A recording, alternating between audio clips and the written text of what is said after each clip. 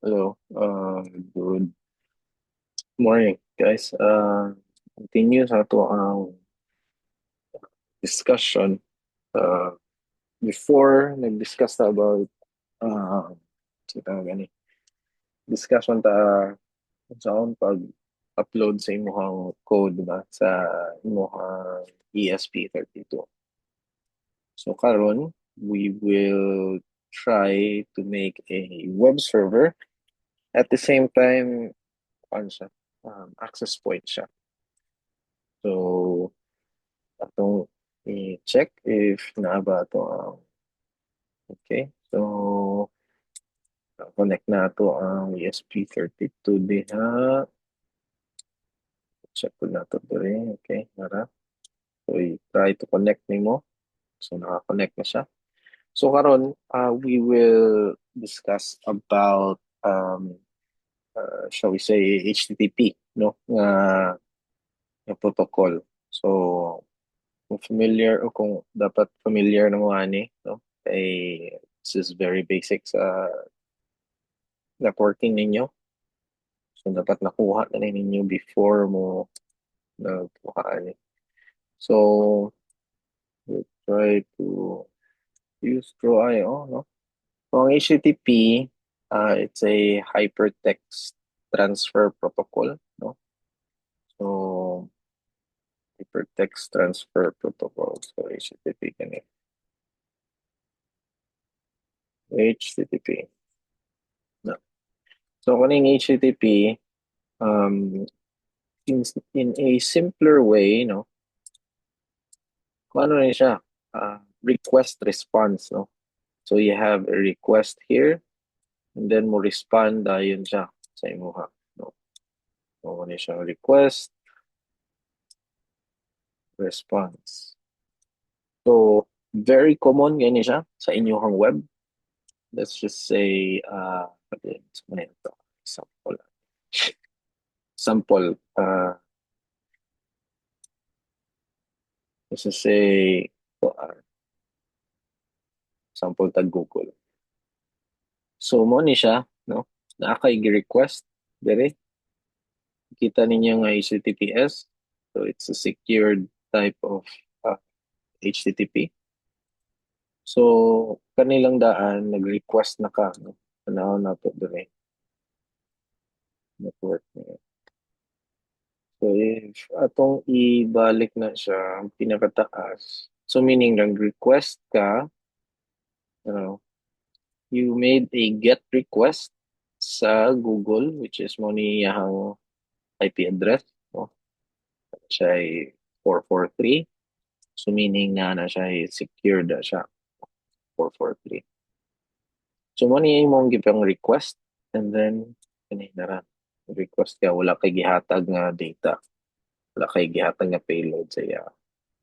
Then naa siya ay response, no? Ang response ani niya kung i-raw na nato siya nga data, mao ni siya, no? So naghatag siya og HTML nga response sa imuha when you request uh, sa kaning domain. So dapat kabalo na mo ana, no? So it's a very simple request and then response. So ang response niya usually HTML na siya, no? HTML, yeah, kanidaya. Request nimo usually domain imong i-request, no? Ano ang inyong ginabuhat sa web. So mo na siya. Okay? So ang atong buhaton karon is that mahimo ni siyang ESP. So kani siya, this network is set back. So kani siya, ah, dapat naka-isa ra ni siya kal LAN, no? Local area network, no? Isa ra na siya. Kanya your computer. So dapat nakakay ESP mo ni mo hang silbi mo ni mahitabo nga EP nga mode sa siya, no? So mo ni ang ato ang buhaton nga um, activity for this week, no? So we will be using sa Python pa gamitan nato og socket, no? So naa na siya sa MicroPython na ana siya. So mo na itong buhaton karon. So kani nahimo man ni siyang AP, no? Access point. So kung pangitao na to ng ESP-AP na siya, no? Nara. So makita na to ang iyang access point for AP. So wala na siya kuan. Wala siya passphrase or password. So SSID na. So karon we will be discussing more of ano yun, kaning access point, no? So usually try ko og mga code, no, diri sa MicroPython. So read random nerd tutorial, no? Usually diri ko tanaw kay mga kuan ni sila mga ESP, Raspberry Pi, MicroPython, RPi Pico, na Arduino, no? So diri ko gatanaw usually. So mo ni ato ang buhatan nga tutorial karon. So ingin siya magbuhat daw ta og access point. So to make an access point moro ni siya. So nabuhat naman ni nato. So network, WLAN. So config dayon, no? Activate true, no? So wala to buhaton. So sa AP active true, AP config, SSID nimo, SSID and passphrase. Wala, di ba? Okay, so SSID sa nga SSID nimo. So in my case siguro Dario ESP, passphrase, passphrase ba? Password mo yata to. Password, 1, 2, 3, 4, 5, 6, 7, 8, default, no? And then, ano na yun, ba? So, di-discuss niya, no? So, naa siya workstation. Pero, ano siya? Mo niyang AP or access point, no? Station would be your phone, kani station, laptop, no? So, magamit ako socket, no? Nara, as expected, atong i-try na siya, no? Tanaw na to ni. So, kana, no? Yun siya kay gamit ta og try and accept. Ito na lang ni copy. Himay-himayon na to. Tagsa. So, kani, no? So, yun siya. Import usocket as socket or if dili ma-import ni siya, import daw usocket ngalan niya kay sa. So, i-try na niya. Kung dili, kung mag-error, import normal nga socket. Ano na siya. So, import daw na to ang network nga module. Import na to ang ESP nga module. Yan ang correct. So, muna siya, no? And then, akong i-change dire. 9, yeah, SSID, password na niya, no? If dili siya active, dapat false kuno, and pass na siya, connection successful, no? Kunya, mo dayon ni ang imuhang ah, web page, no? So, kung butang web page niyo. And then, gamito na nimo ang socket dayon. So, gamit nimo socket, AF iNet, no? Socket stream, niya, unsa siya, i-bind dahil nimo. So, 80 nga protocol, that would be HTTP. No? And then, mo listen ka for 5 seconds. Kunya, mo loop na siya. No? So, magsige siya loop, meaning magsige siya accept o mga request. So, as you can see, get the connection from, so IP address, no? Kita na siya, request connection, receive 1024 nga bit, no? Per packet niya, content dayon niya. So, manang mga content, ihatag ba yun to? I-print ra ni niya dire. So, to siya.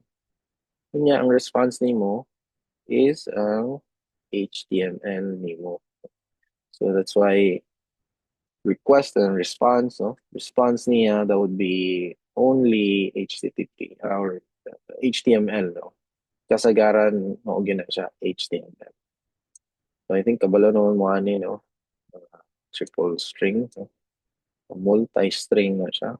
And then, connection closed dayon. So, ato nang itry, no? And then, going there, we will be, kuan dayon, atong i-modify dayon accordingly, right? Or, sakto ba? Hard reset na to. So, every time mo upload mo o mga bagong script, i-hard reset yun na ninyo. I think okay naman ito siya. So, very good.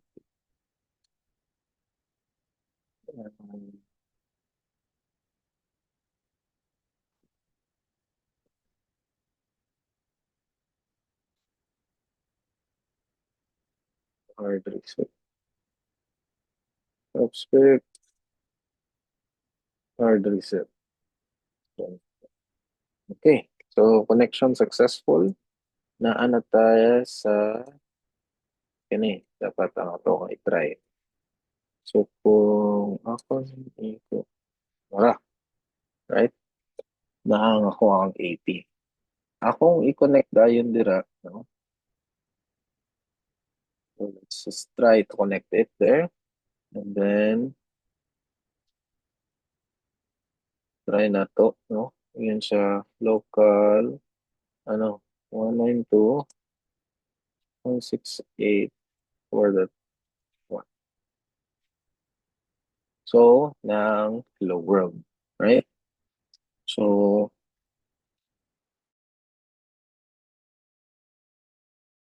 ang hindi ko. So, kani siya, mo niya to ang activity karon, no? So, magbuhat mo og inyong own nga web app dire, no? Web page ninyo. So, later on, atong i-try nga makasave ta sa ato ang database gamay, no?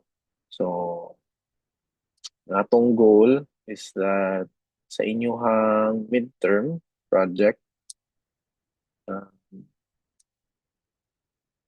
maka-create gid mo og own nga device nga mahimo siyang AP, no? Access point, and then mahimo dayon siya og station. So meaning naamoy connect dire, so say morning normal, di ba? So ikaw ang station na ay access point, right? So before siya mahimong station, dapat mahimo sa siyang access point.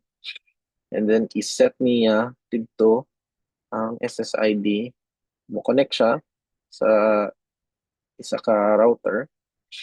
So meaning kaning router. Mo connect sa siya, ni-connect niya dito, mahimo na dayon siyang station. So dapat ingana siya, no? So mo na ang midterm na project dayon na to. And then for the final project ninyo, magbuhat ta og I have a material na dire, no? So sa ako na ako'y solar panel.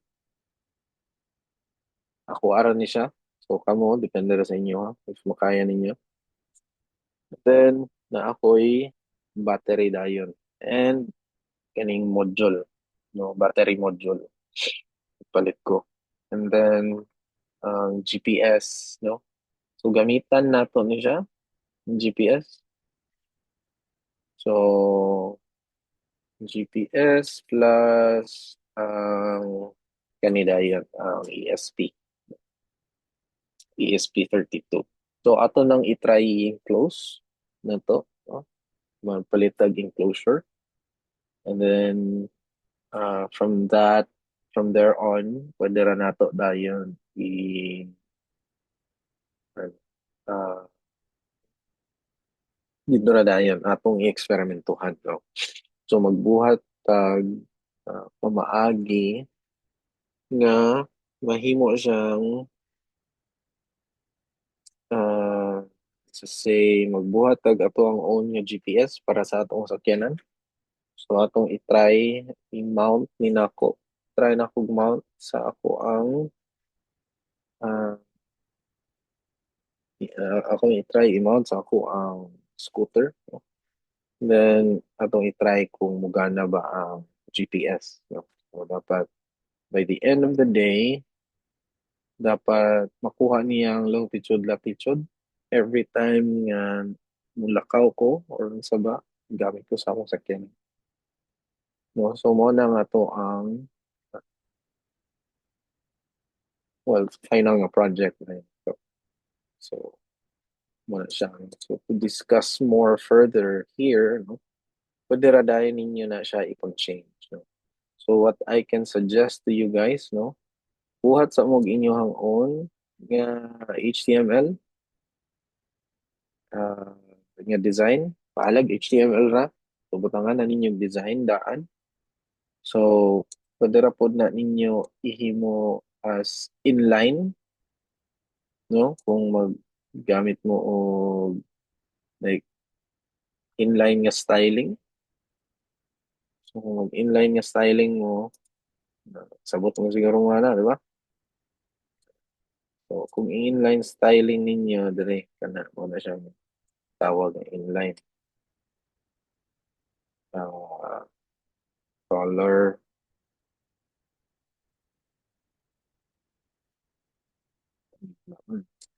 kita din. Red na lang para kita gid, no? So inga na ang inline nga styling, pwede ra na ninyo buhaton dire dayon, right?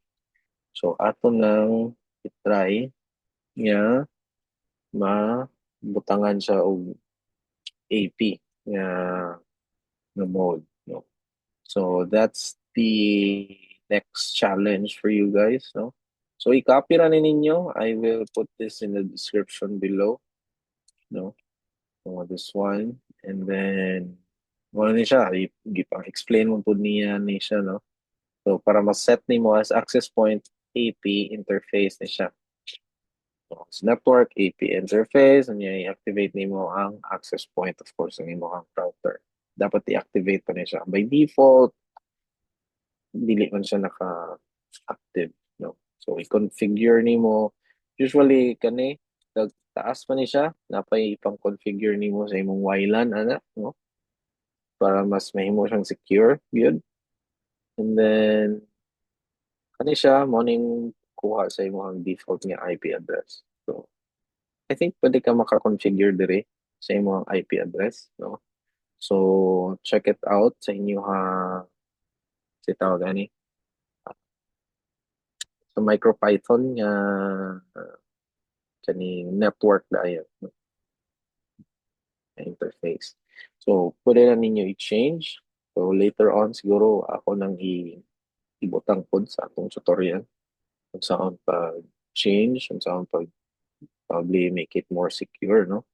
And then, web page, muna siya. Inyo nang ipang butang dito dayon. Kumula ni, kani. Always gini siya. Dapat magsige na siya loop para magsige siya kuha og request.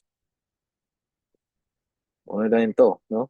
So, dapat sa inyong activity, so to create your activity, no? Magbuhat ta og checklist ninyo. Checklist, no? Or activity ninyo. So, karon, yeah, we will make a activity, no? So, AP, ESP, ESP32, AP, and web server, no? So, na siya. So, ang inyong AP, ang SSID ninyo dapat, ang inyong, ano siya, group name slash AP. Then, passphrase, password ninyo. Password would be, muna bala, o yan, ano lang, siguro, ako na lang, no? Kung ano requirement. Kunya, ang own nga web page should have styles. So, dapat na ito yung mga styles, mga proper po ang mga styles dapat, no? So, group name, mo na siya. And then, ang repository ninyo should have repository for code.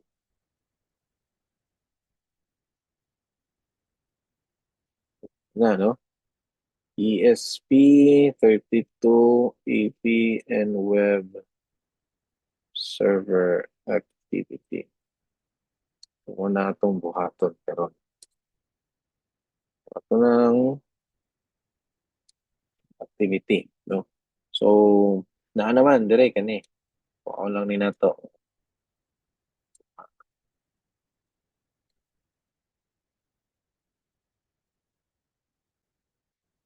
Dire.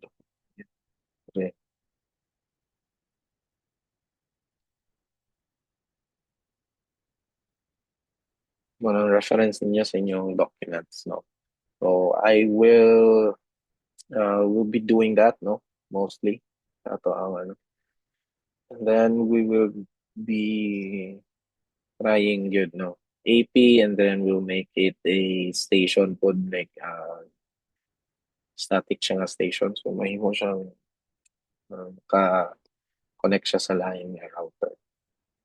Okay, so I think maora to guys, no? And ito, maora gyud, no? Ang first challenge was uploading this, i-connect ninyo. Nya mahimo siyang uh, maka-create mo Python nga script for it and then i-upload ninyo. So, moro man na ang challenge din sa inyo. Ha? So, kani overall, so always remember kung naamoy gi-upload, always gina ninyo ano, hard reset, no? If ingani siya nga style, kani, meaning naka-loop na siya. So, meaning basa pa na siya. Ganun na yun. So, same goes with, same rin siya sa kuan, sa, ano, sa Arduino, no? So, na-I void loop dito, na-I void setup, na-I void loop. Kani siya, mo ni ang equivalent sa void loop. Ang loop niya. So, always ang nato i bear in mind. So, yeah, I think that's all, guys. And hopefully for this week, we will have a uh, nindot nga exploration sa inyong IoT nga activity. Okay? So, thank you and goodbye.